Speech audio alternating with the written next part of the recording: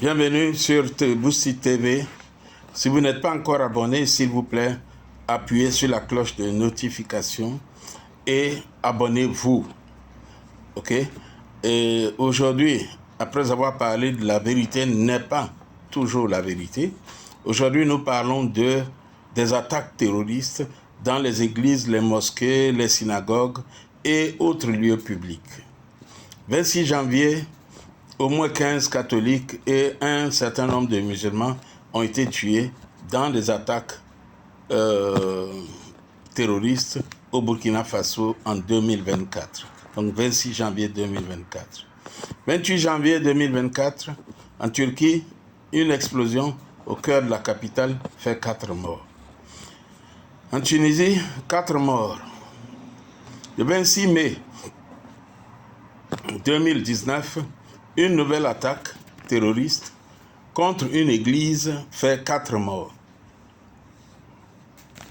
4 fidèles ont été tués dimanche pendant une messe.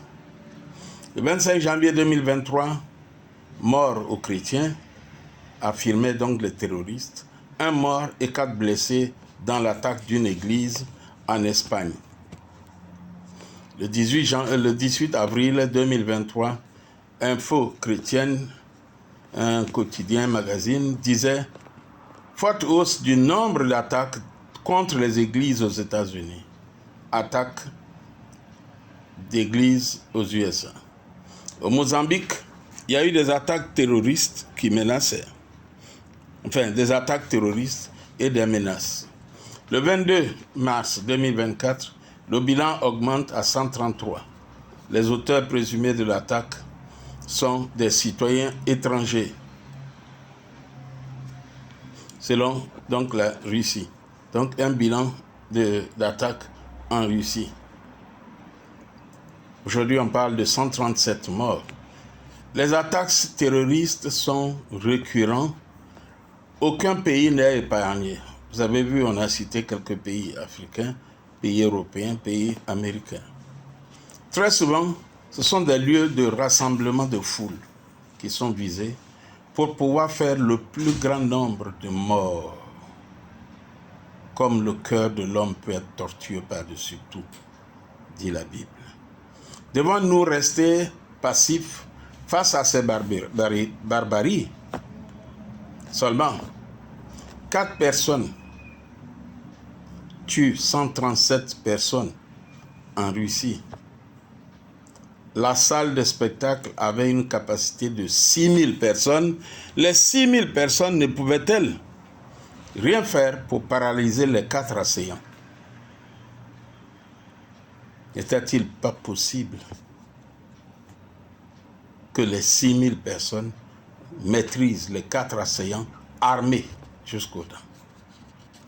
Nos solutions que nous vous proposons. Il est temps que les églises, les mosquées et les autres lieux de grand rassemblement renforcent leurs dispositifs de sécurité, détecteurs de métaux, contrôle corporel, etc. 2. Il est important de lutter contre la corruption des jeunes désœuvrés, parce que ce sont eux qui sont facilement utilisés pour poser ce genre d'actes contre paiement d'une certaine rançon, une certaine somme. 3. Il faut apprendre le self-control et les techniques de défense aux membres de sa communauté. Il faut encourager tous à vaincre la peur face au risque de blessure ou de mort. Enfin, n'est-il pas temps que les églises, les mosquées, les responsables des lieux de grands rassemblements étudient des techniques d'autodéfense? Si la foule oublie sa peur, ne peut-elle pas maîtriser les 4 ou 6 ou 10 assaillants en fonçant tous sur eux en même temps à un simple signal?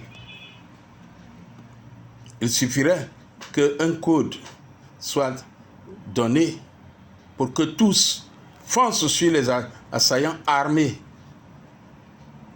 Exemple, si une communauté forme ces jeunes gens, ou les membres, et que dès qu'ils entendent contre-attaque, toute la foule fonce sur ceux qui tirent. Ils peuvent être éparpillés dans la ville, dans la salle. Mais si tous ceux qui sont autour d'un assaillant foncent sur lui, il sera affolé et n'arrivera pas à tuer autant de personnes. Il ne tuera peut-être que quelques-uns. Mais peut-être même qu'il n'en tuera pas du tout. Parce qu'il ne va pas viser droit. Ok? Affolés, ils viseront dans une certaine imprécision les personnes. Ils ne les tueront pas. Ils blesseront quelques-uns. Apprenons donc à surpasser nos peurs.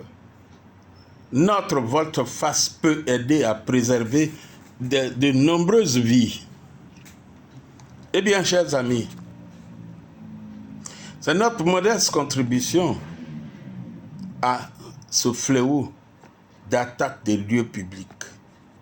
Le cœur de l'homme a perdu la sensibilité à la mort. Chers amis, Boostich demeure ce concept qui vous amène à voir autrement, à percevoir autrement et agir autrement dans tous les domaines. Si vous êtes en vie, vous pouvez faire vos affaires. Si vous êtes en vie, vous pouvez développer vos activités. Si vous êtes en vie, vous pouvez éduquer vos enfants. Mais si vous êtes mort, vous êtes mort.